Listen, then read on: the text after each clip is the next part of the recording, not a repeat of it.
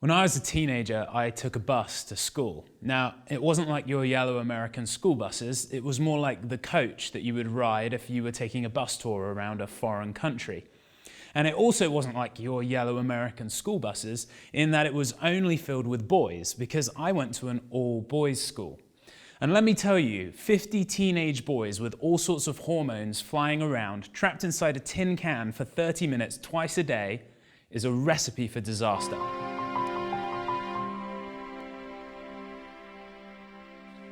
We used to play this game called Bundle, where we would call out the name of someone and around a dozen boys would jump into their seat and pile on top of them. And if you were stuck on the bottom of the bundle, it was a smelly mess. We were convinced that one day we would smash the window with the pressure of all those sweaty boys. And who was tasked with controlling all these hormonal boys? The bus driver. You know, this week I was reflecting with my wife Rachel that we had some bus drivers who gained our respect and others who completely lost it. In fact, for those who lost our respect, we were pretty awful in the things we said to them. I remember one bus driver getting so angry, he pulled up to the school officers instead of the normal drop-off zone, locked us in the bus and went inside to get the principal. As I was reflecting this week, I started to wonder, what was it that allowed one bus driver to command respect and another not to? I mean, they both had the same authority over us. So how was it that one exercised that authority well and the other didn't? Maybe you find yourself in a position of authority. Maybe it's over a lot of people, like leading a large team of people at your workplace, or maybe it's over a smaller number of people, like parenting your kids or grandkids. Maybe it's authority you have over your customers or clients, or maybe it's authority you have in your role as a teacher or a medical professional. And maybe you've struggled with exercising that authority well, like some of our bus drivers did. I know I struggle with how to well exercise the authority I have over my kids at home. You know, if it was a job, I'm pretty sure I would have been tempted to quit by now. So how do we exercise authority well? In the next few minutes, I hope to share the answer that Jesus gives to that question. My name is Ellis. I'm one of the pastors at Chapel Hill, and we're launching a new series called Jesus, the Subversive Leader. We just spent several videos looking at the topic of subversive leadership through the story of a man named Daniel, and we're going to spend the next few videos talking about how Jesus was the ultimate subversive leader. And if you're worried about the idea of Jesus being subversive, let me just read to you the definition of that word. It is seeking or intending to subvert an established system or institution. And I believe that if you join us over the next few videos, you'll find that Jesus did in fact act subversively, but ultimately not for his own selfish motives, but for the benefit of the whole world. And in this video, we're going to talk about how Jesus subverted authority. Now, we may be familiar with the phrase to lord it over someone. It conjures up images of bosses who exert their authority in harsh and demeaning ways, of husbands and fathers who abuse their families, or of masters forcing their servants to do horrific tasks. As we will see in our passage today, Jesus specifically calls out this way of exercising authority and calls his followers to something different. We're going to be looking at a passage that's found in one of the biographies of Jesus' life. It was written by a man named Mark. Let me read it to you. And James and John, the sons of Zebedee, came up to Jesus and said to him, "Teacher, we want you to do for us whatever we ask of you." Now, James and John were two of Jesus' closest followers. Jesus had selected 12 disciples, but within those 12, there were 3 who were in his inner circle: Peter, James, and John. And James and John came to Jesus and they asked him for a blank check. They said, "We want you to do whatever we ask." Now, can you imagine if your kids came to you with that question? How would you respond? Let's see how Jesus responds to James and John. And Jesus said to them, "What do you want me to do for you?" And they said to him, "Grant us to sit, one at your right hand and one at your left, in your glory." Jesus responds to their blank check request with a question. Much better than I would have responded to my kids. My answer would have been a hard no. Jesus says, "What do you want?" And their response? "We want you to cut Peter out of the inner circle and give us the positions of ultimate authority when you are crowned king." You know, it'd be a bit like going to a rising leader in your organization who seems destined to take a VP spot and saying, "Hey, when you get your VP chair, can I be your right-hand woman or your right-hand man?" It's kind of ugly, selfish ambition, right? But Jesus doesn't rebuke them. He responds again with a question. Jesus said to them, "You do not know what you are asking. Are you able to drink the cup that I drink, or to be baptized with the baptism with which I am baptized?" And they said to him, "We are able." And Jesus' response brings me to the first of 3 points I want to make from this passage regarding how Jesus disrupts authority. And they all begin with the letter S, so you can remember them. The first point is that Jesus says true authority is gained through suffering. When Jesus asks James and John, "Are you able to drink the cup I drink and be baptized with the baptism I am baptized with?" they answer quickly with a yes. And this makes me think that they must have assumed that the cup and baptism was an easy thing. In fact, the cup was often used as an image of celebration, and baptism was seen as a sign of God's renewal. But this was not what Jesus was referring to. The cup and baptism that Jesus refers to here are images of suffering. The cup is the cup of God's wrath, his anger poured out on the wicked in judgment, and referred to in Old Testament books like the Psalms, Isaiah, and Jeremiah. And baptism refers to the swallowing up of a person in water and almost being drowned, an image used throughout the Psalms to speak of suffering. Jesus says that true authority is gained through suffering. Now, ultimately, this is what Jesus will do. He will drink the cup of God's wrath against humanity on the cross. He will be baptized into death as he's laid into the grave. Jesus took upon himself the suffering that humanity deserved so that he might be exalted once again to the highest place of authority. Jesus says that true authority is gained through suffering.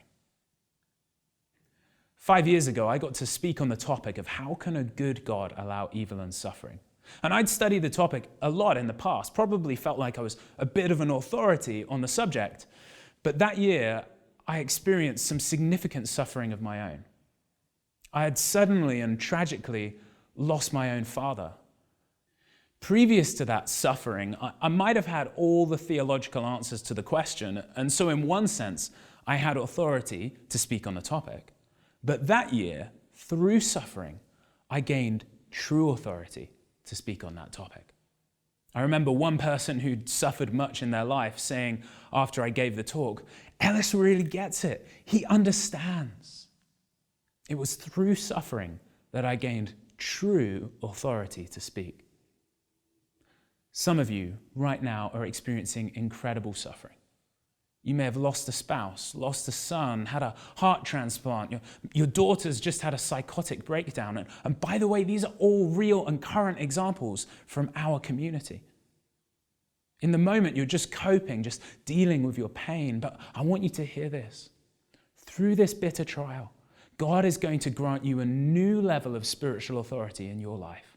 The ability and permission to speak into other people's pain in a way you've never done before. It's a costly gift, but it's a precious gift. True authority is gained through suffering. True authority can't be handed on a silver platter. It comes through pain and trials and tribulations. True authority is gained through suffering. That's the first point. And the second is this. True authority is exercised through service. As we continue in the story, the other 10 disciples get wind of what James and John had asked Jesus, and they became indignant at James and John. Unsurprisingly, really. And so Jesus calls them all together and he addresses them, saying, "You know that those who are considered rulers of the Gentiles lord it over them, and their great ones exercise authority over them. But it shall not be so among you. But whoever would be great among you must be your servant. And whoever would be first among you must be slave of all. For even the Son of Man came not to be served, but to serve. Jesus tells the 12 that true authority is exercised through service. I'm sure we all know people in positions of authority who lord it over those whom they lead. And as we see again and again, this doesn't just happen outside the church. It happens inside the church too. It's so easy when you are given power and authority to exercise it for your own benefit and your own ends. But the true exercise of authority comes through love and service of others. The best thing I watched on TV last year was Ted Lasso. If you haven't seen it, go get the free trial of Apple TV Plus and watch the 10 30-minute episodes before your trial ends. I guarantee you won't regret it. It's funny, heartwarming, positive, and it will give you a good insight into my life as a Brit. Ted Lasso, the protagonist, is an American football coach hired to coach an English soccer team, AFC Richmond. One catch: he's never played soccer in his life. He's given a position of authority without having any experience, any knowledge of the sport, any background at all. So how does he handle it? He serves. Ted Lasso is the ultimate example of someone exercising authority through service. Initially, he's hated. In fact, he was hired because the new owner of the club wanted the whole team to fail. But slowly and surely, over time, he wins over the affections of the team, the fans, the press, and ultimately his boss by constantly seeking to serve others in the best way possible. One quote of his sums it all up for me. He said, "I don't care if we win or lose matches. I am here to help these players become the best version of themselves."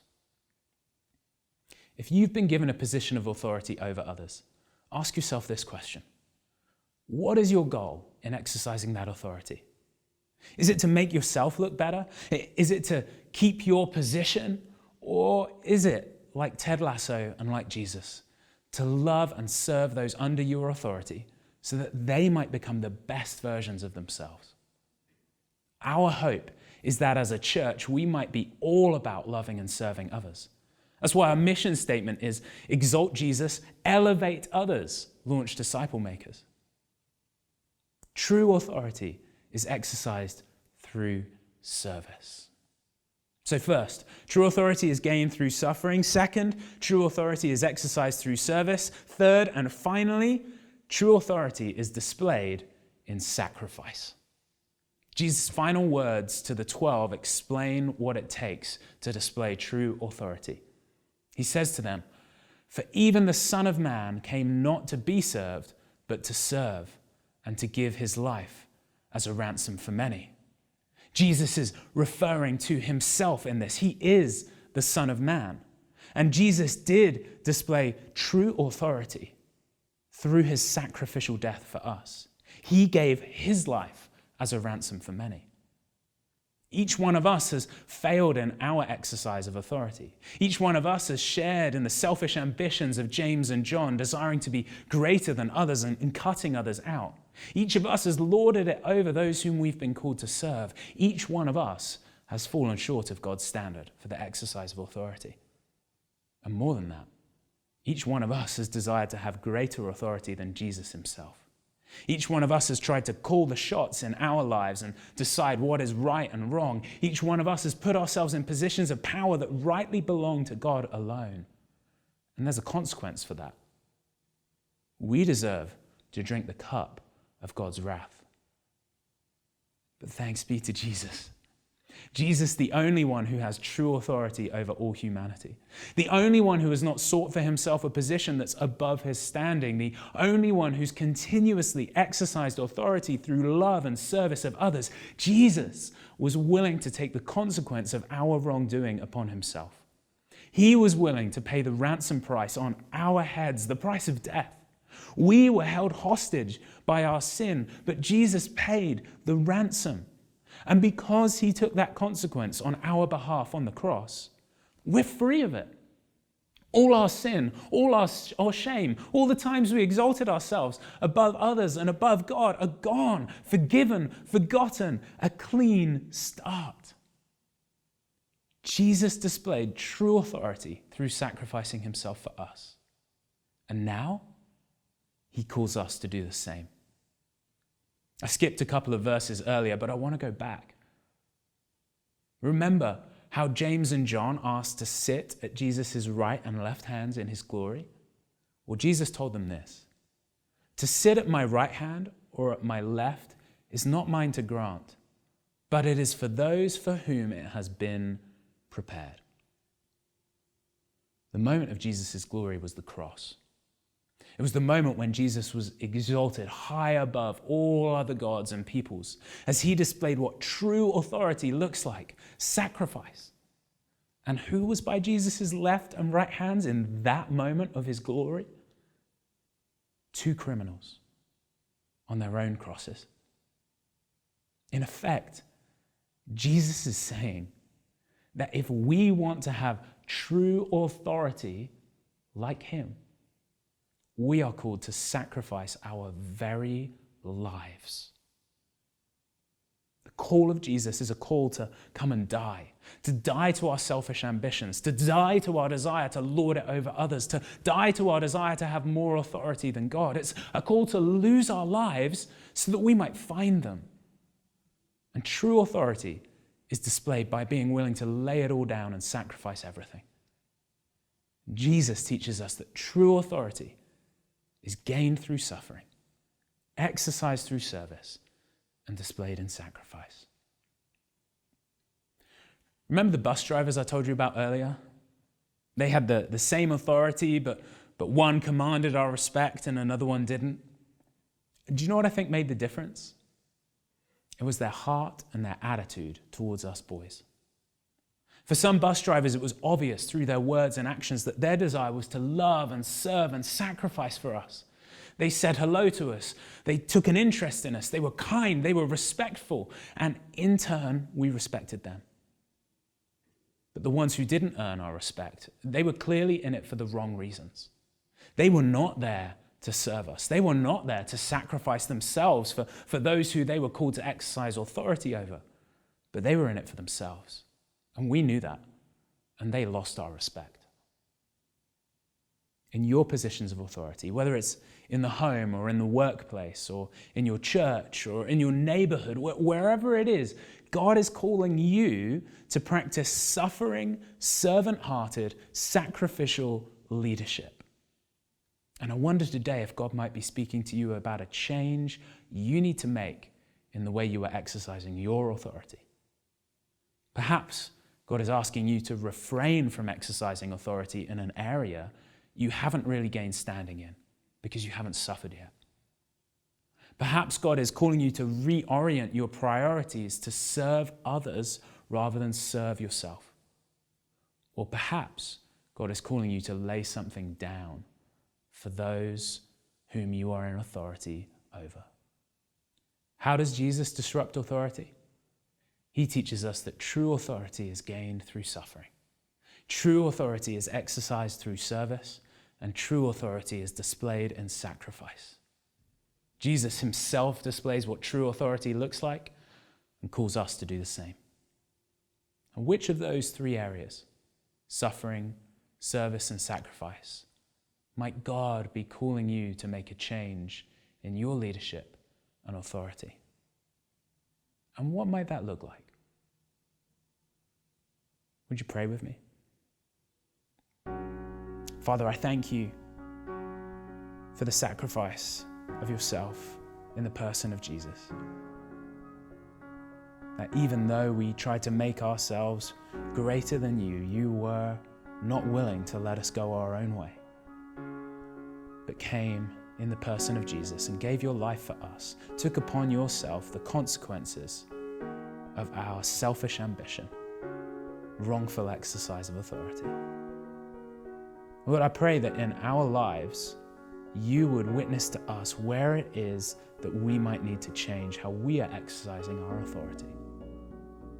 By the power of your Holy Spirit, would you change us and would you enable us to exercise our authority through suffering, servant-hearted, sacrificial leadership. We pray this in Jesus' name. Amen. Thank you so much for watching, and if you love these videos, feel free to check out all the links in the description below. Also, don't forget to hit that like button and subscribe. We will see you in the next video.